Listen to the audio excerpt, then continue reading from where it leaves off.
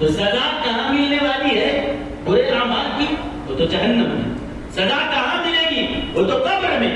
لیکن بعض گناہ ایسے ہوتے ہیں کہ اللہ اس کی سزا دنیا ہی میں شروع کر دیتا ہے، بابا دنیا میں آ جاتا ہے.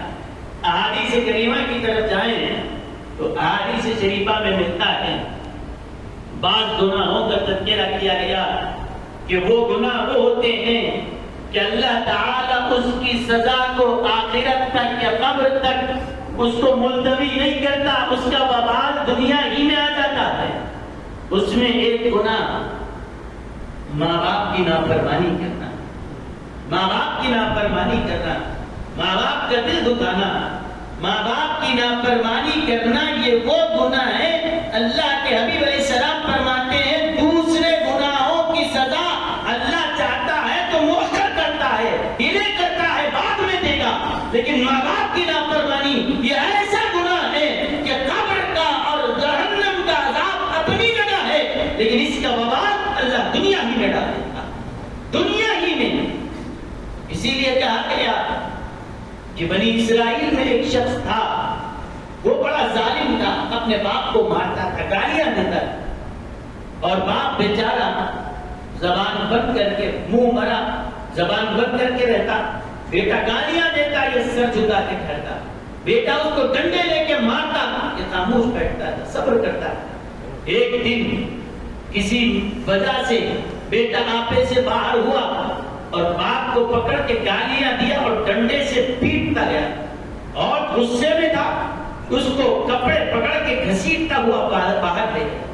روڈ پر راستے پر گھسیٹتا ہوا باپ کو لے جا رہا ہے اور ڈنڈے مارتا ہوا لے جا رہا ہے. وہ بیچارہ زبان سے اف تک نہیں کر رہا، مار کھاتا جا رہا، خون بہ رہا ہے، لیکن خاموش نے اس کو گھسیٹتے ہوئے لے گیا اور ایک جگہ پر جب وہاں پہنچا اس وقت باپ نے کہا بیٹا اب بس کر دے، اب بس کر دے، اب مت مار. تو وہ بولا اب ہو گیا، اب تک وہاں سے مارتے لایا، خاموش کیوں دیتا ہے؟ گالیاں دے رہا ہوں خاموش ہے، ڈنڈے مارا خاموش کر. یہاں آنے کے بعد اب بس کر کیوں کہا؟ کہا بیٹے ایک بات ہے چھوڑ دے، لیکن اب مت مارا. اب یہاں سے تو ایک بھی مارے گا تو زیادتی کرنے والا قرار پائے گا. انہوں نے کہا کیا بات ہے، اب تک مارا تو ظلم نہیں ہوا، اب مارے تو کیوں ظلم ہوگا؟ کہا کہ بیٹے تو یہاں جو مجھے مارتا ہوا اس مقام تک لایا ہے، یہ وہی جگہ ہے جہاں میں اپنے باپ کو مارتا ہوا لایا تھا. آج میری اولاد مجھ کو مارتے ہوئے یہاں تک آئی ہے. جو میں نے اپنے باپ کے ساتھ برا سلوک کیا تھا، میری اولاد نے بالکل وہی برا سلوک میرے ساتھ کر رہا ہے. اب تک تو مجھے اپنے کیے کی سزا ملی، یہاں سے آگے تو ذرا بھی کرے گا مجھے ڈر ہے بیٹا کہیں تیری اولاد بھی میرے ساتھ ایسا سلوک نہ کرے.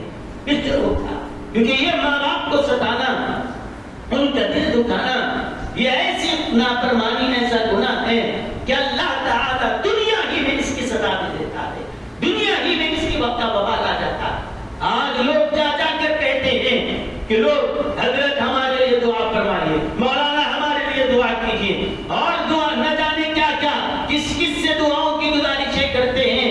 یاد رکھیے اگر آپ یہ چاہتے ہیں کہ ہم میں سے کیا کوئی یہ کہہ سکتا ہے اللہ ہم سے راضی ہے یا نہیں ہے؟ کیا ہمارے پاس کوئی ایسا آلہ ہے بخار چیک کرنا ہو، تھرمامیٹر لگاؤ پتا چل جائے گا بخار ہے کہ نہیں، کوئی بیماری ہے کہ نہیں، خون کا ٹیسٹ کر لو پتا چل جائے گا. لیکن اللہ ہم سے راضی ہے یا نہیں ہے یہ کون بتا گا؟ کیا کوئی عالم بتا سکتا ہے؟ کیا کوئی پیر بتا سکتا ہے؟ اللہ کس سے ناراض ہے، کس سے خوش ہے، یہ کوئی نہیں بتا سکتا. لیکن اللہ کے رسول صلی اللہ علیہ وسلم نے فرمایا تم کو ایک طریقہ بتا کے جا رہا ہوں، اگر تم یہ چاہتے ہو کہ اللہ تم سے راضی ہے یا ناراض ہے یہ دیکھنا چاہتے ہو تو اللہ نے تمہارے لیے ایک ذریعہ رکھا ہے. اللہ راضی ہے یا نہیں ہے مجھے نہیں معلوم، اگر معلوم کرنا ہو تو جا کر اپنے ماں باپ کو دیکھو، اگر ماں باپ راضی ہے اللہ بھی تم سے راضی ہے، اگر وہ ناراض ہے اللہ تم سے ناراض ہے. تم دیکھ لو، فرمایا رضا ربی فی رضا الوالدین، اللہ کی مرضی خوشی ماں باپ کی خوشی میں ہے. اگر وہ ناراض ہو جائے تو پھر اللہ بھی ناراض. ماں باپ ناراض ہیں، اس کے بعد آپ جاؤ مسجد میں بیٹھو توبہ کرو اور